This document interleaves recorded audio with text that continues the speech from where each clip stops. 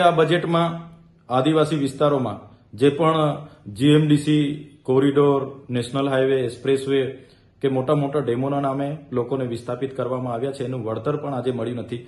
તો એ વળતર પણ આ બજેટમાં આપવાની જોગવાઈ હશે એવી આશા રાખીએ છીએ.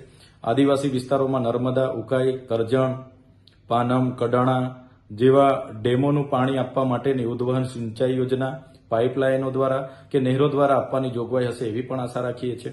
આદિવાસી વિસ્તારોમાં શિક્ષકોની ઘટ છે, શાળાઓના ઓરડા નથી, આંગણવાડીઓ નથી, બાળકો કુપોષણથી પીડાય છે અને ડોક્ટરો નથી, સાધનો નથી, ઘણી જગ્યાએ રોડ રસ્તા નથી, જેના કારણે અમારી મા દીકરીઓ રસ્તે પ્રસૂતિ દ્વારા મા દીકરીઓને મરણ થાય છે, તે પણ અટકાવવામાં આવ્યું હશે આ બજેટમાં એવું અમને આશા છે.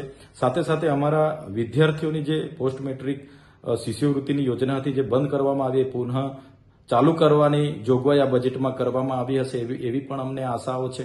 હવે જે ટ્રાઇબલ સપ્લાન આદિવાસી વિસ્તારોમાં છે એમના દ્વારા પ્રભારી મંત્રીઓ અમલીકરણોને સાથે રાખીને એમની એજન્સીઓ, એનજીઓ અને કોન્ટ્રાક્ટરોને લાભ કરાવવા માટે જે કરોડોના ભ્રષ્ટાચાર કરે છે તે આ બજેટ દ્વારા અટકાવવામાં આવ્યા હશે એવી અમે આશા રાખીએ છીએ. જો આમ કરવામાં ન આવ્યું હશે તો ચોક્કસ આ બજેટ પુરાતનવાળું હશે અને આંકડાની માયાજાળ હશે એવું અમે સ્પષ્ટ માનીએ છીએ.